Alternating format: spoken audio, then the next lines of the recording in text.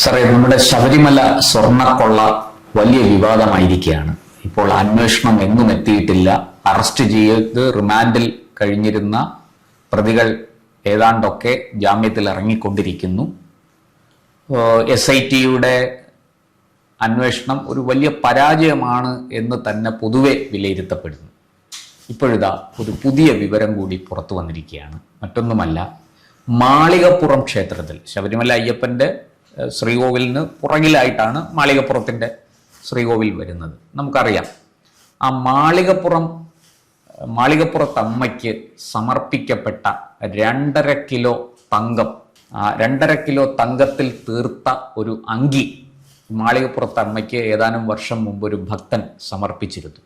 ഇപ്പോൾ ആ തങ്ക അങ്കി എവിടെ എന്നാണ് ഈ ഭക്തൻ ചോദിക്കുന്നത്. അദ്ദേഹം എൻ്റെ അറിവ് ശരിയാണെങ്കിൽ പ്രവാസി മലയാളിയാണ്. അദ്ദേഹം അമേരിക്കയിലാണ് അദ്ദേഹവും ഭാര്യയും ഇപ്പോൾ ജീവിക്കുന്നത്. അവർ ആ ചോദ്യവുമായിട്ട് ഇപ്പോൾ മുന്നോട്ട് വന്നിരിക്കുകയാണ്. അദ്ദേഹം താൻ സമർപ്പിച്ച തങ്ക അങ്കി ഇപ്പോൾ എവിടെയുണ്ട് എന്നാണ് ദേവസ്വം ബോർഡിനോട് അദ്ദേഹം ചോദിക്കുന്നത്.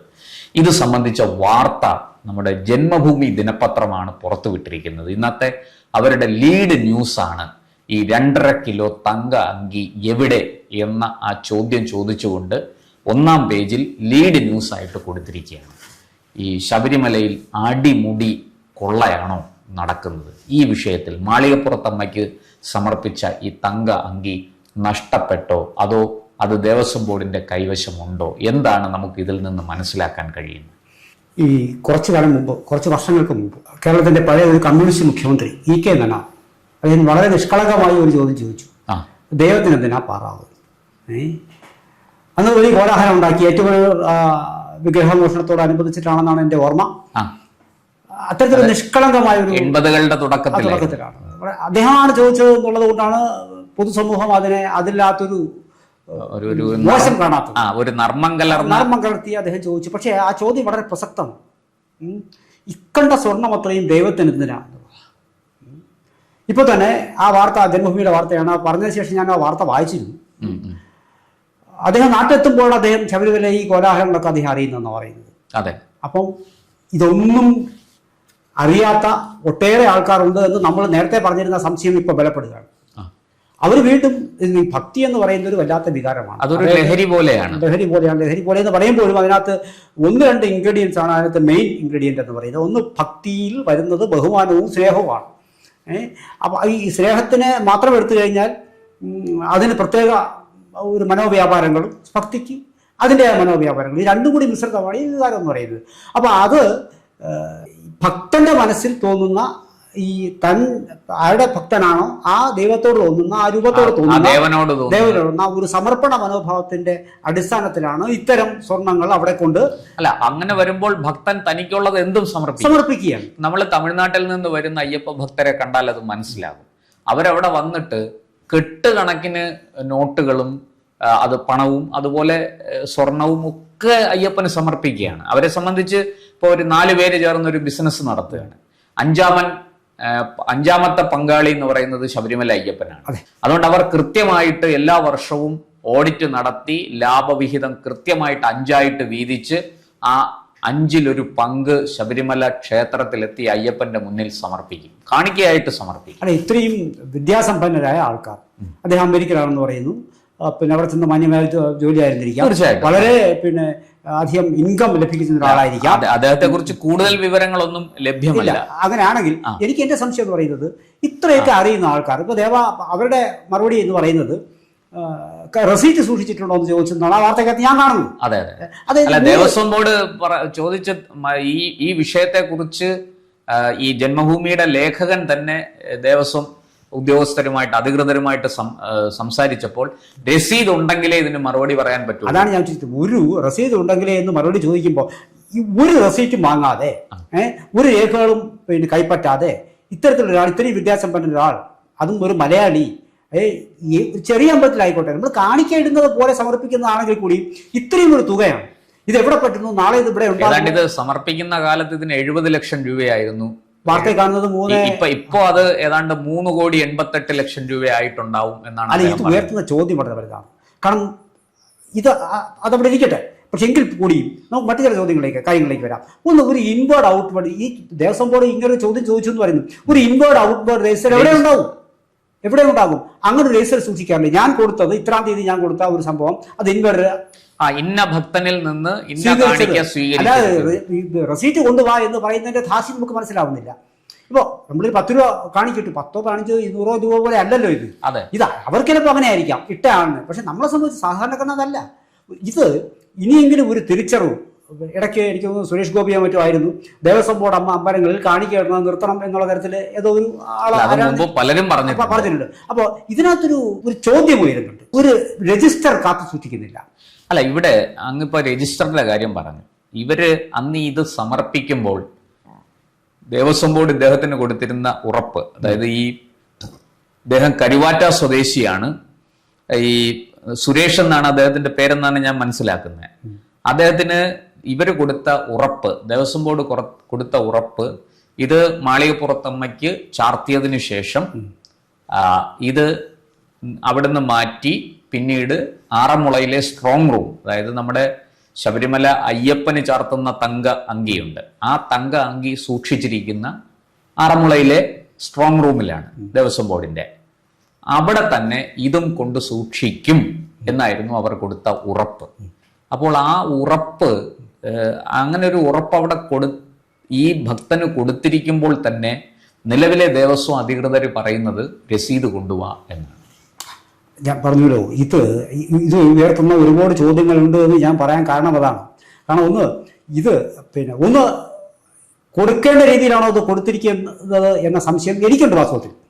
കാരണം ഇതിവിടെ ഈ സ്വർണ്ണം ഇവിടെ കൊണ്ടുവരുമ്പോൾ അത് മതിയായ രേഖകൾ പ്രകാരമാണോ കൊണ്ടുവന്നിട്ടുള്ളത്, അത്തരത്തിൽ ഒരുപാട് അന്വേഷണം ഇതിന്റെ പിന്നാലെ വരും. അല്ല സാർ, ഇതിൽ നിന്ന് നമുക്ക് മനസ്സിലാവുന്ന ഒരു കാര്യം, ശബരിമലയിൽ ഈ കാണിക്ക സ്വീകരിക്കുന്നതിന് ഒരു വ്യവസ്ഥയില്ല. അതല്ലേ, ഒരു വ്യവസ്ഥയും. ഇപ്പൊ സാധാരണഗതിയിൽ നമുക്ക് പറഞ്ഞാൽ 1000 കഥ നമുക്ക് പറയാൻ പറ്റും ശബരിമലയെ കുറിച്ച്. അപ്പോൾ മറ്റു ക്ഷേത്രങ്ങളിൽ നമ്മൾ പറയുക പോലും വേണ്ട. ഈ നമ്മുടെ ക്ഷേത്രങ്ങളിലേക്ക് ഒഴുകിയെത്തുന്ന ഇത്തരത്തിലുള്ള പൈസകൾ ഒരിക്കലും ഇത് പൊതുസമൂഹത്തിനോ ഈ ദൈവത്തിനാണല്ലോ ഇത് കൊടുക്കുന്നത്. ഒരു വിശ്വാസി സമർപ്പിക്കുന്നത് ദൈവത്തിനാണ്. ആ ദൈവത്തിന് ഉപയോഗപ്പെടുന്നില്ല, പൊതുസമൂഹത്തിന് ഉപയോഗപ്പെടുന്നില്ല. ഇത് ആകെപ്പാട് ഉപയോഗപ്പെടുന്നത് ഇത്തരത്തിലുള്ള തട്ടിപ്പുകാർക്ക് മാത്രമാണെങ്കിൽ. അല്ല, നമ്മുടെ ഈ ദേവസ്വം ബോർഡിന്റെ ക്ഷേത്രങ്ങളിലേക്ക് വരുന്ന ഇത്തരം കാണിക്ക, വഴിപാട് പണം അല്ലെങ്കിൽ കാഴ്ചദ്രവ്യങ്ങൾ, അത് അവിടെ സ്വീകരിക്കുന്നതിന് കൃത്യമായ ചില മാനദണ്ഡങ്ങളുണ്ട്. ആ മാനദണ്ഡങ്ങളെ ഇവിടെ പാലിക്കുന്നില്ല എന്നല്ലേ നമുക്ക് മനസ്സിലാക്കാം. അതല്ലേ പറഞ്ഞു വരുന്നത്. സ്വാഭാവികമായിട്ടും ഇത് ചോദിക്കാൻ അദ്ദേഹം ബാധ്യസ്ഥനാണ്. നിസ്സാരമായ തുകയല്ല ഇന്നത്തെ മൂല്യം വെച്ച് കണക്കാക്കുമ്പോൾ. ഉറപ്പായും അദ്ദേഹത്തിന് ചോദിക്കേണ്ടതാണ്. അവിടെ ചോദിക്കാതിരിക്കുമ്പോഴാണ് പൊതുസമൂഹത്തിന് മറ്റു ചില ചോദ്യങ്ങൾ വരുന്നത്. ഇനി ഇപ്പൊ സുരേഷ് ഗോപി ഒരു തലയിൽ വെക്കാനായിട്ട് ചെറിയ ഒരു കിരീടം തൃശ്ശൂർ സമർപ്പിച്ചിരുന്നു. അതുമായി ബന്ധപ്പെട്ട് വലിയ വിവാദങ്ങൾ ഇവിടുത്തെ മാതാവിന് സമർപ്പിച്ചത്, കിരീടം സമർപ്പിച്ചത്. അപ്പൊ ഞാൻ ഉറപ്പ് പറയുന്നു, മറ്റേതെങ്കിലും മതവിഭാഗങ്ങളിലാണ് ഇത്തരത്തിലുള്ള സംഭവങ്ങൾ നിങ്ങൾ സമർപ്പിച്ചാൽ അതിന് വ്യക്തമായ രേഖകൾ ഉണ്ടാവും. അത് ആരും അടിച്ചുകൊണ്ട് പോകുന്നില്ല. അങ്ങനെ വിവാദം കേരളത്തിൽ ഉണ്ടായിട്ടുമില്ല. ഉണ്ടായെങ്കിൽ തന്നെ അത് വളരെ പലപ്പോഴും അത് ഈ പള്ളികളിലും മറ്റും കയറി മോഷ്ടിച്ചുകൊണ്ട് പോകുന്നതായിട്ടാണ് അല്ലാതെ അവിടെ വെച്ചിരിക്കുന്ന ആൾക്കാർ. അപ്പൊ അത് കമ്മിറ്റ്മെന്റിന്റെ ഭാഗമാണ്. അത് ഭക്തിയുടെ കമ്മിറ്റ്മെന്റ് ദേവസ്വം ബോർഡ് ക്ഷേത്രങ്ങളിൽ ഉണ്ടാകുന്നില്ല. ഇത് ആർക്ക് ഈ കാട്ടിലെ തടി തേവരുടെ ആന വലിയടാ വലി, അതാണ് ആ ദേവസ്വം ബോർഡ് ആൾക്കാർ, അല്ലെങ്കിൽ അതുമായിട്ട് ചുറ്റിപ്പെട്ട് നിൽക്കുന്ന ആൾക്കാർ, അല്ലെങ്കിൽ ഇങ്ങനെയുള്ള, അതായത് ഈ ഒരു ഭരണസമിതി മുതൽ അവിടുത്തെ പാറാവ് നിൽക്കുന്ന ജീവനക്കാരൻ വരെ സ്വാഭാവികമായി അത് സംഭവിക്കും. ഇപ്പൊ ജയറാമിന്റെ വീട്ടിലേക്ക് സ്വർണ്ണം കൊണ്ടുവന്ന് പറയുന്നു.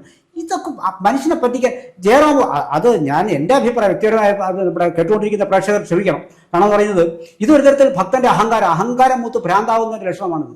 ഇത് എന്റെ വീട്ടിലേക്ക് ദൈവം വന്നിരിക്കണമെന്നൊരു അന്ധമായ ഭക്തിയാണ് അത്. ഇനി എന്റെ വീട്ടിലേക്ക് ഒരു 10 ചുമട് കട്ട വന്നാൽ പോലും അത് ഇറക്കാൻ CUT-കാരൊക്കെ വരും. ഞാൻ പൈസ കൊടുക്കേണ്ടി വരും. ഉറപ്പായില്ലേ എൻ്റെ അങ്ങനെ ഒരു പൈസ ഓഫർ ചെയ്യാതെ ഉണ്ണികൃഷ്ണൻ പോറ്റി അവിടെ കൊണ്ട് ഇത് വച്ചു കൊടുക്കുമെന്ന് നിങ്ങൾക്ക് എനിക്ക് ചിന്തിക്കാൻ പറ്റുമോ? ഇല്ല. വെറുതെ പോകുമ്പോൾ എന്നാ എൻ്റെ വീട്ടിൽ കൊണ്ടുവരണ്ടേ? നമ്മൾ ആവശ്യപ്പെടണ്ടേ? ആവശ്യപ്പെടുന്നത് തന്നെ തെറ്റ്.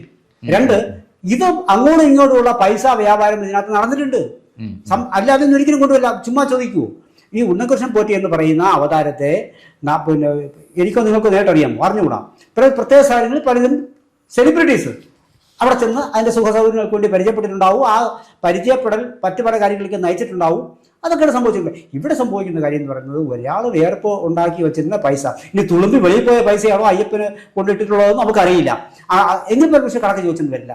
കഷ്ടപ്പെട്ട് വിയർപ്പ് എടുത്തിട്ട് നമ്മൾ ഒന്നോ രണ്ടോ തുക ചില്ലിക്കാശ് അറിയുന്നതല്ല, അല്ലാതെ സമർപ്പിക്കപ്പെടുന്ന സംഭവങ്ങൾ കൃത്യമായ മതിയായ രേഖകളുടെ അടിസ്ഥാനത്തിലല്ല കൊടുക്കുന്നതിൽ അയാൾ എന്തിനാണ് കൊടുത്തത്? ഇത് ചോദ്യങ്ങളൊന്നും നാളെ ഉണ്ടാവില്ല എന്നും ഉണ്ടായാൽ തന്നെ ഉള്ള പരിഹാര മാർഗങ്ങൾ അന്ന് തന്നെ ഈ രസീത് ഉൾപ്പെടെയുള്ളവ കൊടുക്കാതെ രജിസ്റ്റർ ഉൾപ്പെടുത്താതെ ഉള്ള അന്ന് തന്നെ ജാമ്യം എടുത്തിട്ടുണ്ടാവും അവര്. ഇയാളിന് പോയാലും മിച്ചം കിട്ടാനില്ല. ഒന്ന് ആലോചിച്ചു, എത്ര കോടി പൈസ ആലോചിച്ചു. പൊതുസമൂഹത്തിന് ഇതിൽ ഭേദം ഏതെങ്കിലും 10 പിള്ളേരുടെ കല്യാണം നടത്തി കൊടുക്കുകയോ പിന്നെ ഈ കിഡ്നി ട്രാൻസ്പ്ലാന്റേഷൻ അത് ഇതെന്ന്. അതായത് നമ്മുടെ ഭക്തർക്ക് ക്ഷേത്രങ്ങളിൽ, ദേവസ്വം ബോർഡിന്റെ ക്ഷേത്രങ്ങളിൽ ഒരു തരത്തിലുള്ള വഴിപാടും നടത്താൻ കഴിയാത്ത ഒരു സാഹചര്യം, കാണിക്ക സമർപ്പിക്കാൻ കഴിയാത്ത ഒരു സാഹചര്യമാണ് ഇന്ന് കേരളത്തിൽ. തിരുവിതാംകൂർ ദേവസ്വം ബോർഡിന്റെ കീഴിൽ പ്രത്യേകിച്ചും. മറ്റു ദേവസ്വങ്ങളുടെ കഥകൾ നമുക്ക് അറിയില്ല, ഇതുവരെ പുറത്തു വന്നിട്ടില്ല. ഇങ്ങനെ നോക്കിയാൽ കേരളത്തില് എനിക്ക് തോന്നുന്നു എത്രയെങ്കിലും വർഷം കേരളത്തിനോ രാജ്യത്തിനോ തന്നെ ബുദ്ധിമുട്ടില്ലാതെ കഴിയാൻ. അതായത് ദേവന് സമർപ്പിക്കുന്ന സ്വർണവും പണവും കൃത്യമായി കൊള്ളയടിക്കപ്പെട്ടിരിക്കുന്നു. ഇല്ലെങ്കിൽ ഈ തുക കണക്കെടുക്കാൻ കഴിയാത്ത തരത്തിലുള്ള ഇത്തരത്തിലുള്ള സമർപ്പണങ്ങൾ നമ്മുടെ അമ്പലങ്ങളിൽ, ദേവാലയങ്ങളിൽ, ഹിന്ദു ദേവാലയങ്ങളിൽ എത്തപ്പെട്ടിട്ടുണ്ടാകും. ആ എത്തപ്പെട്ട സംഭവങ്ങൾ വച്ചുകൊണ്ട് മാത്രം ചിന്തിച്ചാൽ ചില ഇതുമായി ബന്ധപ്പെട്ട ചില ആൾക്കാരോട് സംസാരിക്കുമ്പോൾ അവർ പറയുന്നത് അത് നമുക്ക് കണക്ക് വെച്ച് പറയാൻ കഴിയില്ല. അല്ല, ഇവരുടെയൊക്കെ ആസ്തി ബാധ്യതകളൊക്കെ നമ്മൾ പരിശോധിക്കുമ്പോൾ വലിയ ആസ്തിയാണ് ഇവർക്കൊക്കെ ഉള്ളത്. ഈ ദേവസ്വം ജീവനക്കാർക്കുൾപ്പെടെ ഇപ്പം മുരാരി ബാബുവിന്റെ ഒക്കെ ആസ്തി പരിശോധിച്ചിട്ടുണ്ട്. ED എടുത്ത കേസിൽ ഇവരൊക്കെ പ്രതികളാണ്. അത് ഈ പറഞ്ഞതുപോലെ തന്ത്രി തൊട്ട് ഇങ്ങോട്ട് താഴോട്ട് ദേവസ്വം ജീവനക്കാരൻ, പാറാവുകാരൻ വരെ വലിയ ആസ്തി ഉണ്ടാക്കിയിരിക്കുന്നു എന്ന ആക്ഷേപം ഏതാണ്ട് സത്യമാണ് എന്ന് നമുക്ക് ഇതിൽ നിന്ന് മനസ്സിലാകുക. ഉറപ്പല്ലേ? ഒരു പറ്റം ആൾക്കാർ, അത് ദൈവവിശ്വാസികളായാലും ശരി, ദൈവവിശ്വാസം ഇല്ല എന്ന് അവകാശപ്പെടുന്നവരായാലും ശരി, അവരെല്ലാം കൂടി അവരുടെയൊക്കെ ഒരു ജീവിത മാർഗമാണ് ഇതൊരു തരത്തിൽ വലിയ തോതിൽ എന്റെയും നിങ്ങളുടെയും ഭക്തിയെ ചൂഷണം ചെയ്യുന്ന കൊള്ളയടിക്കുന്ന ഒരു ഇടപാടാണ്. ഒരു വർഷം കൊണ്ട് കഴിച്ചാൽ നിങ്ങൾക്ക് ഒരു 10 വർഷം ജീവിച്ചുകൂടെ? ഒറ്റപ്പോട് ഞാൻ കുട്ടിക്കാലത്ത് തന്നെ ഒരുപാട് കാഴ്ചകൾ ഇതുമായി ബന്ധപ്പെട്ട് കണ്ടിട്ടുണ്ട്. ഞാൻ ഒരു പോറ്റിയെ പണ്ട് കാണാനുള്ള ഇട വന്നു. ഒറ്റവസരത്തിൽ പറയാം, ഈ ശബരിമല പോറ്റിയെ കാണുകയും ഈ പോറ്റിയുടെ വീടും പരിസരത്തുള്ള കാഴ്ച എനിക്ക് പെട്ടെന്ന് ഓർമ്മ വരികയാണ്. കാരണം അത് നമുക്ക് മറ്റൊരു അവസരത്തിൽ നമുക്കത് പറയാം. അന്നേ ഇത് ഒരു സസ്പീഷ്യസ് സംഭവമാണ്. ഈ കാണിക്ക് എവിടെ പോകുന്നു എന്നുള്ളത് 1-2 പൈസ ആണെങ്കിൽ കൂടി ഇത് പല കോടികളിലേക്ക് എത്തുകയാണ്. ഇത് കൊടുക്കുന്നയാളും വാങ്ങുന്നയാളും പാലിക്കേണ്ടുന്നത് ചില ചട്ടങ്ങളുണ്ട്. ഇത്രയും വലിയ സ്വർണം കൈമാറ്റം ചെയ്യപ്പെടുമ്പോൾ അത് ഏതൊക്കെ ഏജൻസികൾ അറിഞ്ഞു വേണം എന്നും കൂടി ചിന്തിക്കണ്ടേ? തീർച്ചയായും വില കൊണ്ട് കൊടുക്കാൻ പറ്റും. ഞാൻ നാളെ വെച്ചിട്ട് ഒരു 10 കിലോ സ്വർണം പിന്നെ ഏതെങ്കിലും ക്ഷേത്രത്തിന് കൊടുക്കുകയാണെങ്കിൽ ഈ 10 കിലോ എന്നിൽ എവിടെ നിന്ന് വന്നു എന്ന് മതിയായി രാജ്യത്ത് ജനാധിപത്യ സംവിധാനത്തോടെ അതിന് ഒരുപാട് ഏജൻസികളില്ല, അവരെ ബോധ്യപ്പെടുത്തണ്ടേ? ഇതിനോട് രഹസ്യമായി കൊണ്ട് ഇപ്പോഴല്ലേ പുറത്തു വന്നത്, അന്ന് ആ രേഖ വേണ്ടേ? അപ്പൊ സോഴ്സ് കാണിക്കണ്ടേ? അതെ, ഇതൊന്നും നടന്നിട്ടുണ്ടാവില്ല. ഇങ്ങനെ ഇത് ഞാൻ മനസ്സിലാക്കുന്നത് ശരിയാണ്. ഗുരുവായൂർ ക്ഷേത്രത്തില് അവിടെ എത്തുന്ന ഇത്തരത്തിലുള്ള ഈ സ്വർണം പോലെയുള്ള കാഴ്ചദ്രവ്യങ്ങൾ അവരത് വളരെ കൃത്യമായിട്ട് ബാങ്ക് ലോക്കറിലേക്ക് മാറ്റുകയാണെന്നാണ് ഞാൻ മനസ്സിലാക്കുന്നത്. കാരണം മുമ്പ് മറ്റേ ശോഭ ഡെവലപ്പേഴ്സ് മേനോൻ അവിടെ സ്വർണം കാണിക്കയായിട്ട് സമർപ്പിച്ചിരുന്നു വലിയൊരളവിൽ. അത് കൃത്യമായിട്ട് കണക്ക് അന്ന് പത്രങ്ങളിലും ചാനലുകളിലും ഒക്കെ വാർത്ത വന്ന് അത് വളരെ കൃത്യമായിട്ട് അത് പിന്നീട് ബാങ്ക് ലോക്കറിലേക്ക് മാറ്റി എന്നാണ് കേട്ടിട്ടുള്ളത്. പക്ഷേ ഈ തിരുവിതാംകൂർ ദേവസ്വം ബോർഡിന്റെ കീഴിൽ പ്രത്യേകിച്ചും ശബരിമല ക്ഷേത്രത്തിൽ വരുന്ന ഈ സ്വർണം, പണം, മറ്റു കാഴ്ചദ്രവ്യങ്ങൾ ഇതിനൊന്നും ഒരു കണക്കുമില്ല. ഇതൊക്കെ ഈ പറഞ്ഞതുപോലെ ഇത് കൃത്യമായിട്ട് സൂക്ഷിക്കേണ്ടുന്ന സംവിധാനം. ഇപ്പൊ ഇത് ആറന്മുളയിൽ സ്ട്രോങ് റൂം ഉണ്ടെന്നാണ് പറയുന്നത്. പക്ഷെ ആ സ്ട്രോങ് റൂമിലേക്ക് ഇത് മാറ്റിയിട്ടുണ്ടോ? ഉണ്ടെങ്കിൽ അതിന്റെ രേഖകൾ എവിടെ? ഈ കാര്യങ്ങൾക്കൊന്നും ഒരു വ്യക്തതയുമില്ല, ഒരു മറുപടിയുമില്ല. ദേവസ്വം അധികൃതരോട് ചോദിക്കുമ്പോൾ രസീത് കൊണ്ടുപോവാ എന്ന മറുപടിയാണ് പറയുന്നത്. അത് വിശാല അർത്ഥത്തിൽ ഒരു ഭക്തൻ കാണുന്നത് അങ്ങനെയാണ്. ദൈവത്തിന് സമർപ്പിക്കുമ്പോൾ അങ്ങനെയുള്ള ചില മോശപ്പെട്ട അന്ധവിശ്വാസങ്ങളൊന്നും നമുക്ക് പറയാം. അതിന്മേൽ കണക്കല്ല, അതൊരു സമർപ്പണമാണ്. അവിടെ അയാൾക്ക് രസീതൊന്നും അല്ല, അയാൾ തന്നെ സമർപ്പിച്ചിട്ട് നിൽക്കുക. പക്ഷെ അത് പാടില്ല, അത് ഭക്തന്റെ ഒരു മനസ്സാണ്. പക്ഷെ അത് കണക്കുണ്ടാവാം, ഇല്ലെങ്കിൽ അത് കൗണ്ട് ചെയ്യപ്പെടാത്ത മണിയായി വ്യാഖ്യാനിക്കപ്പെടും. അത് ഇത്തരം കള്ളന്മാർക്ക് കൊള്ളയടിക്കാനുള്ള അവസരമാണ്. അത് ഒരിക്കലും ശരിയല്ല, നിയമപരമായിട്ട് അത് ശരിയല്ല. ഭക്തന്റെ മനസ്സ് വെച്ച് നോക്കുമ്പോൾ അത് ശരിയായിക്കൊള്ളാം. എന്തായാലും ഇത് സംബന്ധിച്ച് ഇപ്പോൾ പരാതി കൃത്യമായ മറുപടി കിട്ടിയില്ലെങ്കിൽ താൻ കോടതിയെ സമീപിക്കും എന്നാണ് അദ്ദേഹം പറയുന്നത്. ഈ തങ്ക അങ്കി സമർപ്പിച്ചയാൾ വളരെ കൃത്യമായിട്ട് അതോടുകൂടി ഈ മാളികപ്പുറത്തമ്മയുടെ വിഷയവും കൂടുതൽ വലിയ വിവാദങ്ങളിലേക്ക് പോവും. ശബരിമല അയ്യപ്പന്റെ മാത്രമല്ല, മാളികപ്പുറത്തമ്മയുടെയും സ്വത്തുവകകൾ, ഇതുപോലെ അവിടെ സമർപ്പിക്കപ്പെട്ട കാഴ്ചദ്രവ്യങ്ങൾ, സ്വർണം, തങ്കം തുടങ്ങിയ അമൂല്യ വസ്തുക്കൾ ഒക്കെ നഷ്ടപ്പെട്ടിരിക്കാൻ ഇടയുണ്ട് എന്ന സംശയം വർദ്ധിച്ചിരിക്കുകയാണ്. എന്തായാലും നമുക്ക് കാത്തിരിക്കാം ഈ വിഷയത്തിൽ എന്താണ് മറുപടി ലഭിക്കാം. നന്ദി, നമസ്കാരം. കൂടുതൽ വാർത്തകളും വിശേഷങ്ങളും നേരിട്ട് ലഭിക്കാൻ ജനങ്ങളിൽ നിന്ന് ജനങ്ങളിലേക്ക് ജനഭൂമി ന്യൂസ് സബ്സ്ക്രൈബ് ചെയ്യൂ.